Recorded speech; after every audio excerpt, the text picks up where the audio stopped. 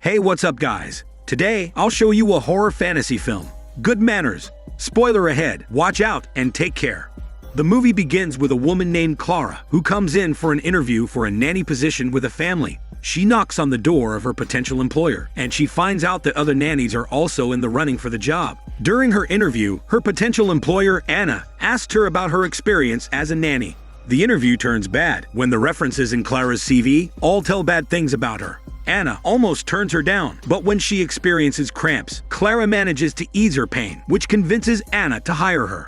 She shows Clara around the home to get her familiarized with the environment. She tells Clara that she needs someone who can help every day because of the troubles of her pregnancy. Clara understands this and assures her that she can do her job. Later in the evening, Clara goes back to her home to pack up her things. She visits her roommate when she discovers that her clothes are missing. She tells her roommate that she will be able to pay her part of the rent once she starts receiving the salary from her new job. The next day, Clara begins her new job at Anna's home. She cooks her breakfast, and Anna teaches her about the dining etiquette that she must observe. Clara struggles to operate the technology around the house, which frustrates Anna. During a visit to the doctor, Anna discovers that the baby is fine and healthy. After the consultation, Anna and Clara head to a clothes store where Anna buys herself new shoes, which Clara compliments. Back in the house, Anna does her daily workout while Clara cleans the rooms and paints the baby room. While she cleans herself up after her duties, she sees that Anna is now drunk and dancing. Clara tells her to sober up and stop drinking because it is not good for the baby. Clara reveals to Anna her life when she was with her family. She tells her that she no longer speaks to them. Anna also remarks that she cheated on her fiancé and had a child from the affair, but she chose to keep the child despite her parents sending her to the city to get an abortion. The next day, during another consultation, the doctor recommends that Anna undergo a diet that reduces her meat consumption. Clara buys her vegetables and greens in place of meat. Clara bids farewell to Anna after her shift is over. Clara meets a woman in the bar who buys her a beer and sits down next to her. The woman tells her all about her work and gives her a number for Clara to call. Clara comes back to her room and sits in her bed, considering whether or not to call a woman despite her obvious advances.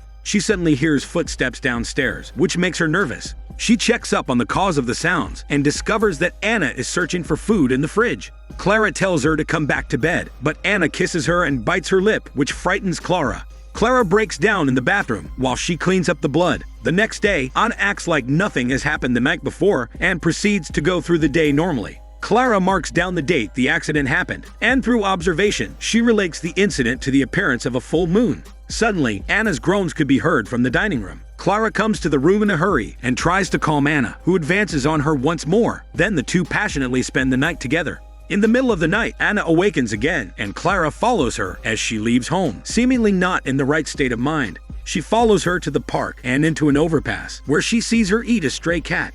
The next day, Anna goes through her regular routine and dances in her living room for exercise. Clara keeps her distance, knowing the events that happened last night. When she prepares her food, she cuts her hand and pours her blood over the meal. While Anna is eating, Clara tells her about her observations. She tells her about her strange behavior during the nights when there is a full moon. Anna finds what Clara is saying to be strange, but she ignores it. Clara continues and shows her the wounds she got the other night. Anna begins to doubt herself and blames it on the pregnancy. Clara calms her down and tells her that anger and stress are not good for the baby. Clara suggests that they do a test tonight when the moon is not full. She places flour around the hallway to mark whether or not she stepped outside her room. When the morning comes, Clara wakes her up and tells her that she did not do anything strange last night and that the flour was untouched. They both visit the baby room and listen to the song being played on the music box.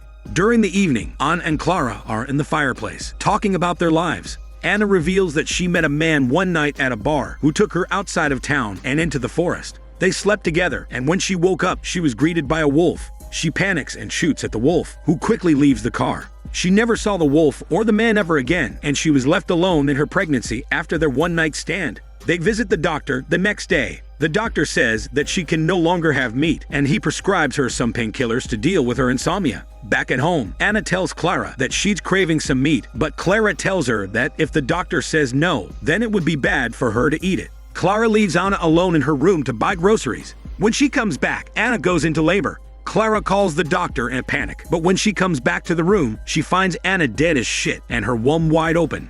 Clara sees something crawling on the floor. She takes out a gun from the drawer and realizes that it is actually the baby, who bears the features of a werewolf. This makes clear that the nasty man Anna slept with was the same wolf she saw the morning after, and the baby is afflicted with the same werewolf gene. Clara cannot bear to kill the baby with the gun, although it looks a little bit ugly. She takes the baby with her and walks through the city until she finds a spot where she can dump the baby. But the baby cries for her, and she soon takes the baby back to raise by herself. She brings out a box filled with items from the baby room and a picture of Anna. The baby cries, and she uses her blood to feed the baby. Years pass, and Clara is now bonding with the baby, who is now a grown-up child. She takes him to a neighbor's house so that she may perform her job as a nurse. The neighbor tells the boy that her daughter wants to ask him if he would be her partner for the school dance. The daughter takes the boy into another room where they can talk in private while Clara does her work. In school, their teacher hands out the results of the last test. It turns out the boy failed, and his friend named Joel tries to comfort him. They both play around with the statue outside of the pharmacy while they wait for Clara. Joel's dad comes to pick Joel up and gives the boy a lollipop for his birthday. When Clara and the boy enter their house, the neighbors surprise them with a party to celebrate the boy's birthday. But the boy eats mac and cheese and is forbidden to eat meat. It's revealed that Clara had raised him to be a vegetarian to be able to control his urges for meat. Before the full moon rises, Clara puts the boy in chains. Apparently, she has been doing it for the past few years, every time the full moon happens. Before Clara leaves, the boy tells her that he wants to go to the school dance with the neighbor's daughter. The next day, Clara gives the boy a bath. He asks her to tell him a story about River. While she tells the story, she shaves off the hair that the boy has grown because of his transformation last night. She carefully shaves off the body hair and tells him that she will ask her former roommate to watch him later while she works at the pharmacy. Later, the roommate teaches the boy how to play a few notes on the piano and cooks him meat despite Clara's warning. The boy remembers Clara's teachings and principles of being a vegetarian, but he ends up falling into the temptation and eats the meat prepared for him.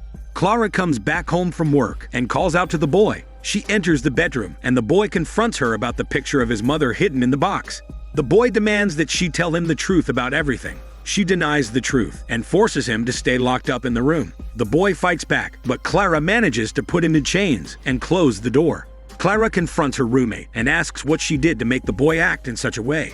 The neighbor confesses that she had cooked him meat because she thought he looked a little weak. Afterward, Joel and the neighbor's daughter come to visit the boy, but they are sent away by Clara. Joel asks that she at least take their gift to the boy. The next day, Clara visits the boy, who is still upset about the last night. Clara admits to the boy that she is not his real mother, but tells him that his father is still alive somewhere, but she doesn't know his location.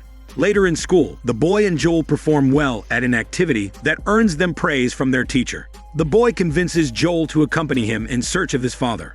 Meanwhile, Clara cleans up the room of the boy and reinforces the chains. The boy and Joel take a train into the big city. Clara waits for the boy outside of school, but realizes that he is not there. The boy and Joel enter a mall where the guard stops them and asks where their parents are. They point to a random woman who plays along. Clara asks Joel's father, who tells her that they both must be around the area playing. He tells her that he must pick someone up at the airport, leaving Clara alone to search for the missing children. Clara asks around the neighborhood, but they all tell her that they have not seen both of the children lately. The mall soon closes, and the boy and Joel hide inside the clothing store. Clara returns home in anger and tells her roommate that the boy is still missing. When the mall fully closes, the boys leave their hiding spot and enjoy the many facilities inside.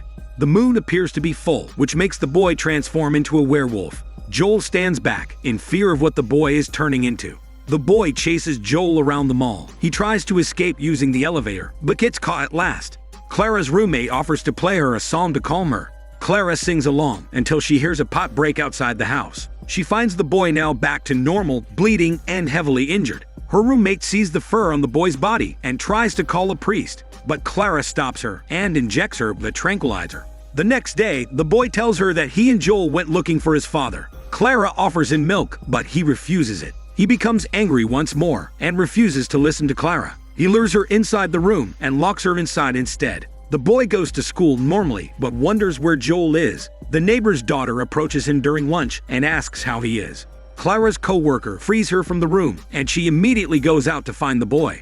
It turns out it is the night of the school dance. Joel's father asks Clara where his son is, but she simply tells him that she does not know. On the other side, the boy tries to resist his transformation and tells the neighbor's daughter to leave the area. He turns into a werewolf and lunges at the daughter, but he is shot by Clara, who wheels him away from the area quickly. She takes him back home, puts him in chains, and removes the bullet from his body. The neighbor's daughter tells everyone what happened, and the neighborhood launches a witch hunt to find the boy. The movie ends with the neighbors banging at the door with weapons at their disposal. Clara realizes that she can no longer protect the boy from his own power, so she decides to free him from his chains, and the boy lets out one final growl. This is Daniel CC Movie Channel. Stay safe and enjoy your day.